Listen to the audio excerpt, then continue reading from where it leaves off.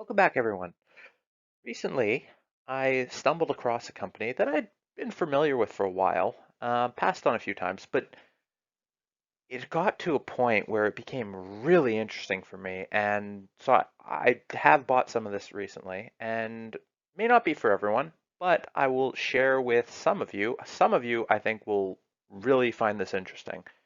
But it's a real estate company, and it is one that I believe has a lot of potential, well beyond what you'd normally find in a real estate company.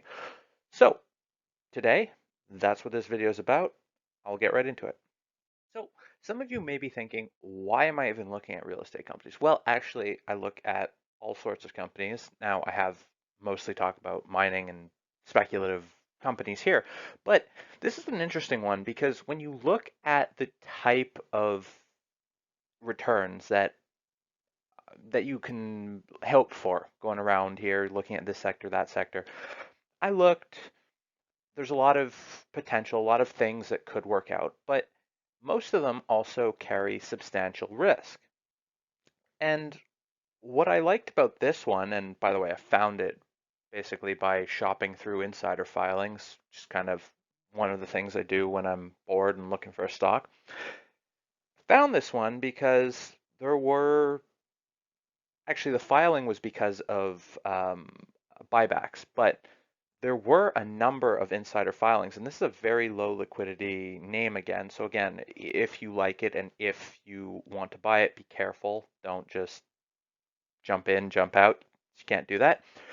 Um, but I really like that in this case, there was, in addition to having the multiplier potential on the upside, and I'll get into why I think that's the case when I mention the stock, but there's limited downside. And in this case, you kind of get paid to wait.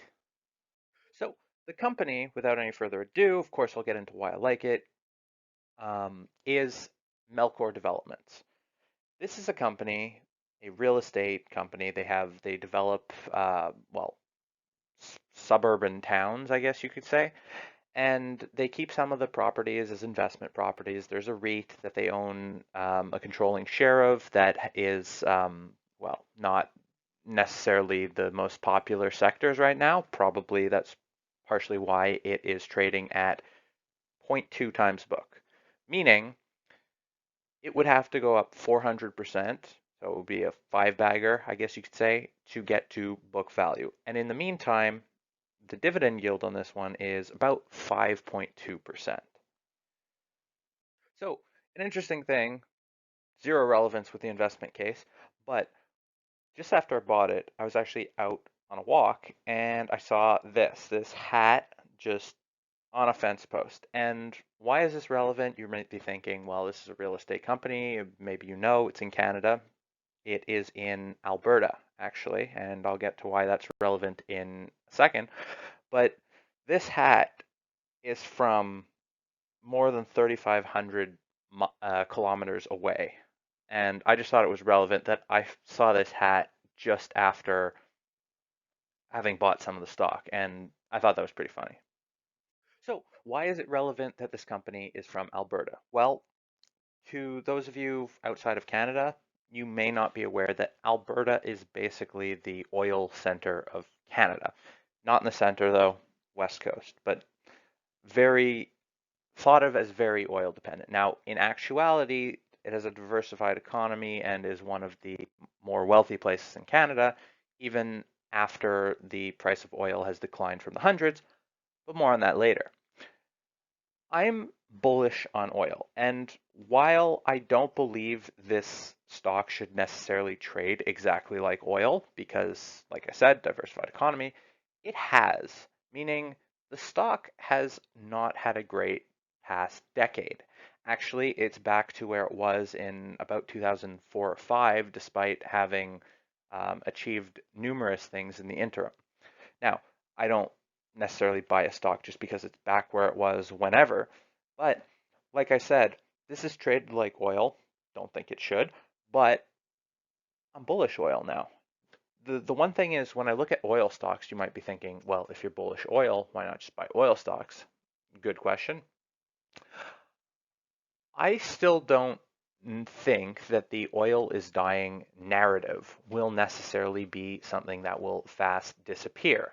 Now, I firmly believe, that the price of oil will go up. However, it is possible that the price of oil goes up and the oil is dying narrative doesn't disappear, meaning that one of the things that I have to think about when I'm looking at an oil stock is, will the multiple contract as the price goes up? So let's say something's worth 10x, 10 times cash flow, 10 times earnings, 10 times whatever at $40 oil. Once the price goes to, let's call it $60 oil, will the oil market be thinking, well, this is only worth 3 times cash flow because the price isn't going to stay here? Now, this is, of course, me making a judge. This is an example. I'm not saying that 65 will be the top. I'm not saying we'll get to 65. I think we will, and probably more. But the point is, as the price goes higher, it's likely that the multiple that the oil companies trade at will decline. And so I'm just trying to build that into my set of assumptions for what an oil stock may be worth in the future. Whereas here, this is real estate and oil land. So if there is a boom, if there is a recovery in oil, if there's profits to be made in oil places, I know that's my thinking is that oil will recover and Alberta will recover. And I believe that Alberta will, and many has recovered without even needing oil to recover. Now, I touched on this briefly, but remember where I found the stock. I found the stock in the insider filings. Now, I mentioned this is relevant because it seems like the only people buying the stock, and of course, slight exaggeration here, are insiders and buybacks. Now, in the past few months, there has been some significant insider buying. And remember, this is not the biggest companies. Market cap's about 200 million. But there was approximately, I think, more than $500,000 worth of insider buying spread out through numerous insiders. And that's not too much, but there's not a lot of volume that gets traded on the stock. And once you factor in the buybacks, a lot of the buying has been done by insiders. Have a look. Recently, it's elevated activity is all I'm saying at. Now, unfortunately, due to, like I said, not a lot of shares get traded in this company. Unfortunately, due to that, the buyback is limited in how much it can do, because you can only buy back a certain, it maxes out a certain percentage of the volume, average volume of daily traded. Now, I think that will be higher next year because if you look recently, the volume's been higher than normal. But realistically, buying back shares at 20 cents on the dollar is highly effective strategy. Now, get to more in this, this in a second. Is it really 20% of book? Maybe not. Maybe the book needs to be written down a little bit, but I believe it's a substantial discount to the intrinsic value of the assets of this company. And yes, the other person buying is me, but again, not for everyone the stock, so this isn't investment advice. So before I said I believe Alberta will recover, and really, if you look at the numbers, if you look at GDP, GDP per capita, whatever metric you want to use or think should be used, it has recovered. The GDP and GDP per capita is higher now than it was in 07 when oil was $100+. It's after a brief dip, it's higher than it was in more recent times of higher oil prices than it was today. Now, every time that oil takes a hit, the GDP of Alberta takes a hit, and it's not great for them, obviously, but they do not need $100 oil to recover, and that is just proven. Proven. Everyone can have their own opinion, but if you look at what Alberta has done, even at what many places would call lower oil prices, it is noteworthy. And I mean, this makes sense because if you look at Suncor, for example, their costs are in the 20s. So that makes sense there. Now, talk about the assets. I'm not going to pretend that I love every single asset that I'm paying 20 cents on the dollar for, but I do love paying 20 cents on the dollar for every asset. Now, if that's not a quote or if there's no quote to that effect, there should be, because I mean, it's accurate and relevant and exaggerated at the same time. And what else do we need in a quote aside from that it sounds good? Anyway, so it's not the simplest structure when you look at their assets. And I've spent a few days going through different filings recently. I mean, I went through this company in the past, um, passed on it because I didn't see the enough upside potential for a company of this type. Now I do, um, to be worth an entry point. But there's a number of different segments in terms of things that they do at the same time. And I would suggest that anyone who's interested in this company do their own look through of the company's well, financials, filings, whatever you will, and see if the strategy makes sense. I think it makes sense. Develop what you can, sell while keeping some assets for the growth. And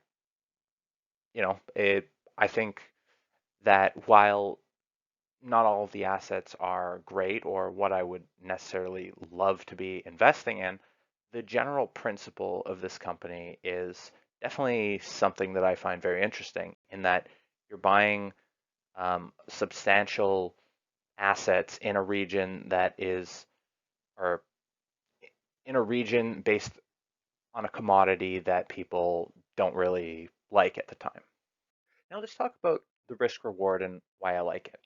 So when we're talking about a business with lots of stable assets, as real estate is most of the time fairly stable, it's a very asset heavy business, which means there's often a lot of debt. And that is the main risk here. If there's a debt deflationary spiral, that is what would do the if there's something that would do permanent harm to this company, and particularly if Alberta had a rough landing in this potential threat. Now, when I look at the world, I think it would be very difficult for that type of thing to happen and be sustained. I mean, we've seen basically a whole bunch of things that have been that type of thing or harmful happen at the same time, and I believe that that's why the price has gotten where it is. And that being said, I do think that if you look at this company, they pay out a 5% dividend, as I mentioned before, but that 5% isn't the entirety of their cash flow. In fact, they have 28 cents of funds from operations per quarter versus their 8-cent dividend. Now, um, the earnings on this company is very choppy because of write-downs and asset appreciation and all sorts of things like that. So that the earnings potential, and plus is a longer term business as real estate is, so it is very choppy. But the point is they can afford to pay out well more than what they're paying, which means that yes, this is a company that has altered their dividend both up and down in the past, but I do think that their ability to pay a dividend at this level should be decently stable, and they have, and this is in one of the worst crises in recent times. Now, I do think that for that reason, the downside potential here is cushioned by the dividend and the fairly cheap valuation already.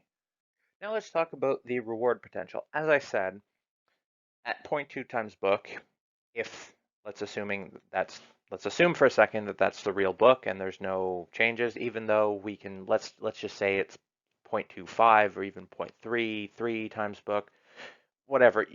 It requires multiplying of the equity price to get back to book value, which means there's plenty of room for the equity to appreciate to the upside.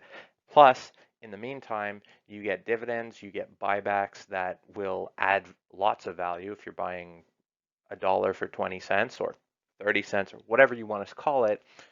That adds a big margin with the returns on the buybacks. So the historically, this company has been linked to oil, and at this point, I think I'm fine with that, even if that continues. Again, don't think it necessarily should be, but from here on out, which is where my entry point is, I'm fine with that. Now, the puppies and rainbows scenario, I guess you could say, well, let's say something changed or this, if it went perfectly, how would it go? Well, that scenario would probably include the oil boom that I think we still have to have, one or two, or we'll see really, because who knows when the peak demand for oil will be. So if the boom, the next boom in oil were to be, okay, let's transition to a green economy, and let's use the profits in oil to make something more sustainable in the region. Well, then you have the boom in oil without the bust. And so that's an interesting point on this one. The other thing is there's a lot of people, and it may well happen, we'll see. I like being hedged for inflation. And so what type of things are good hedges for inflation? Well, oil, sure. Land, yeah. Real estate, sure. And financed by low-cost debt. Again, probably if the debts can be longer term. And so really the only thing this company is missing for the inflation hedge bingo is gold exposure. So as I said before, I think this company has really just gotten to a point where it's mispriced. Insiders own a lot. They have for a while. They're buying more. Not a lot of liquidity trades, which means that if there's some emotional selling, it can really move the price, as we saw in March. Um, it trades like a commodity when, I mean, I say clearly it's not, but some people could say it is. But even if it is, again, oil can't stay this low for long. And even if it does, I think eventually people will realize, Alberta can survive without um, extensive oil prices. And so I think it just got wrapped up in a lot of stories of, oh, people don't want to invest in this, people don't want to invest in that. We had once in a generation, hopefully, problems. At the same time, the oil crisis and the, other crisis that I can't say because we're on YouTube right here. So I just think that far too much doom and gloom has been priced into this business, and I just think it's a solid type of business, a solid company that should do well over time. So allow me to read your mind for a second. Some people are probably thinking, okay, well, yeah, you say it's a big discount to NAV, but who wants to pay NAV for certain types of real estate? Let's call retail, for example, or now offices are dying because people will work from home. Well, I understand that, but on one hand, the retail is dying narrative has been around for a while, and lots of the retail spaces have been trading at a discount to NAV, and which means that eventually they're either worth zero because no one could find anything to do with the spaces, they couldn't be converted to anything. So either they're worth zero, or at a certain point they become cheap. Because think about it. Let's say a company was, or an office, or not an office, real estate was worth $1 million. But the market decided, nah, we want to value that equity at $800 million. And so it's trading at 80% of book. However, what then can happen is the company will be like, you know what? This is not worth $1 million. It's worth 800K. Except then people see that they're now own a company at book, and they're like, I don't want to own this company at book value. So then they think it's worth 600K. Well, it was just written down. So you can see how this keeps going, and people don't want to own, let's say, a mall or real estate at NAV, even if the NAV is lower, because it's never a good idea. Point is, either goes to zero or becomes cheap. The other thing that I want to mention about offices are dying is that if offices are dying, and that means everyone wants to work from home, do people really want to still be living in small apartments high up in the noisy city? Or is it possible that people will want to move out to somewhere where they can live for less money and have a whole bunch more space and more room to have a family, for example? And if that's the case, the what type of company might stand to benefit? Well, one that had more developments out in, well, away from the cities. A company kind of like this one. So in conclusion, I really like this company, and as I said, I bought recently, very recently.